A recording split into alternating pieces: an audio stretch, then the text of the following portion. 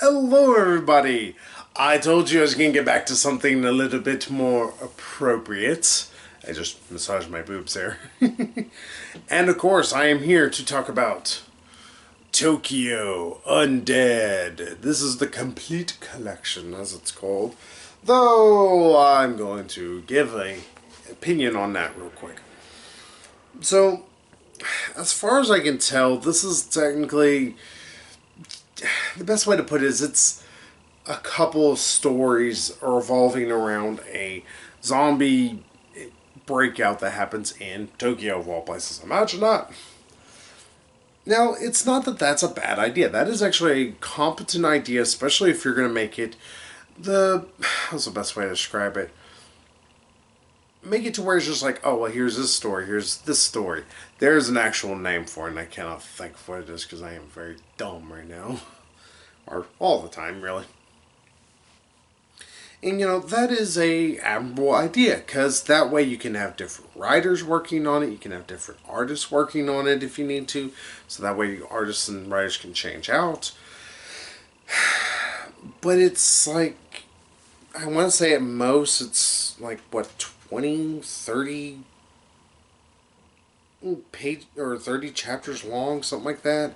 It's not a particularly long book. Yeah, technically this says there's 12 chapters for this one thing. Yeah, so probably, I want to say there's 13 chapters, give or take. It's a little bit more than a normal manga, but it's the equal of about two volumes, two full volumes. It's like, now, that's fine, especially with how they end up setting this up. As it begins with a young guy who's going along the British power lines and all that through Tokyo, and he is trying to go through different houses for food and comes across a scumbag. So that's the way to put it. A guy who willingly rapes women and all this. He's a horrible, horrible, terrible human being. It didn't help that we began with that story. It's not because I don't think there isn't human beings like that, but it's just that it begins on such a bleak note. And it also ends on a super bleak note because this guy, he comes across this one girl that the rapist dude literally left for dead after he raped her multiple times. Now, it also feels like it's just there because we need to have a naked woman. Because, of course, we need to have a naked woman.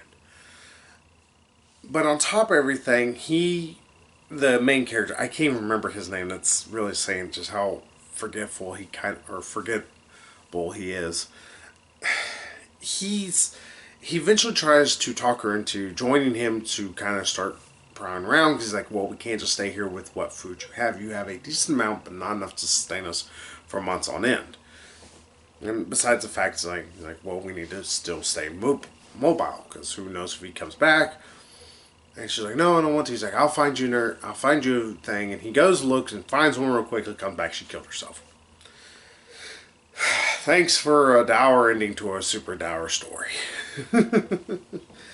But then the next stories, it takes place from the perspective of this one guy who is in a apartment complex. It's ran by a homeowners association, and like, okay, it's gonna be a little bit enough hilarious, but no, this guy who's running the association, who's trying to help inspire and lead these people, he is doing it for noble causes. He wants to keep everybody alive and eventually formulates a plan so that way they can leave and go to this island that's separated from everything. And this, it's like, well, this way is like, one, we will be able to see anything that's coming towards us. Two, we can at least make, it's like it was already being used, I want to say like by schools or something like that for crops. So we'll be able to grow food. We won't have protein, but at least we will have food consistently. And where it is, like the water is, you're constantly running water and it's filtered and all that, so we will have drinking water. And hey, they make it all through. Hey, cool. Then the third story is talking about how everything kind of went to shit. Now, if you kind of already notice a bit of the issue here, is that each one of these can be kind of very quickly paraphrased now. It's like, all right, this is the one how everything kind of went bad. Then there is a side story, sort of, in like one that's completely told almost all from the zombies' perspective in a way of seeing, them going through and killing a few people. Then there's the final story that deals with these kids who come across the character from the first volume or first few chapters, and he ends up saving them and helps them to get out of their house where they're slowly starving. Okay, that's actually a happy note to end on. It's just not super interesting, though. That's one of the big issues with this. Like, Tokyo Undead's big problem is, one, we're thrust into the middle of it, which is fine. It's okay to drop us in the middle of a zombie apocalypse happening. But then to eventually go backwards and show us, hey, here's where it's, not really as bad, or here's where it's just starting. It kind of leaves you constantly with this feeling of we're never going to be as interested or as fearful of everything going bad as we would. We know things are going to go bad in one story, so it's like, all right, well, it kind of destroys tension. It's one of the issues with, that kind of a pre-zombie apocalypse, or pretty much anything that's ever like, well, what is going to happen to this character? Are they going to die? Well, if this character shows up in this other story I've already read beforehand or seen otherwise, they're obviously not going to die, and if they're not around, or they're never even mentioned or anything like that, then they're probably going to be fine. Or they're going to be dead, so I don't care.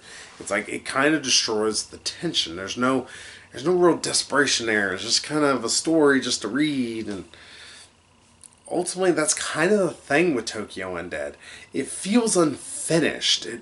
The fact that it just ends on a super happy note, but, there's not... In fact, there's supposed to be, mentions of the second story of these people who got away because they were able to safely get away. It's like, okay, well, that happened and that worked well for them, so... And these kids, we're going towards it.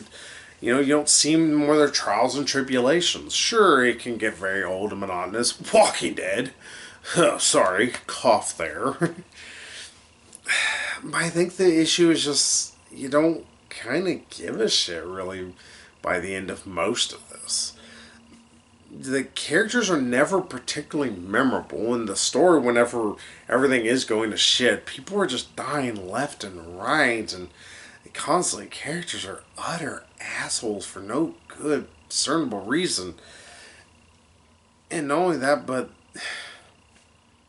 I don't give a shit about this. It's like, I should care about these characters, I guess, but other than the fact that they just happen to be humans, I'm not given a reason to give a damn about them.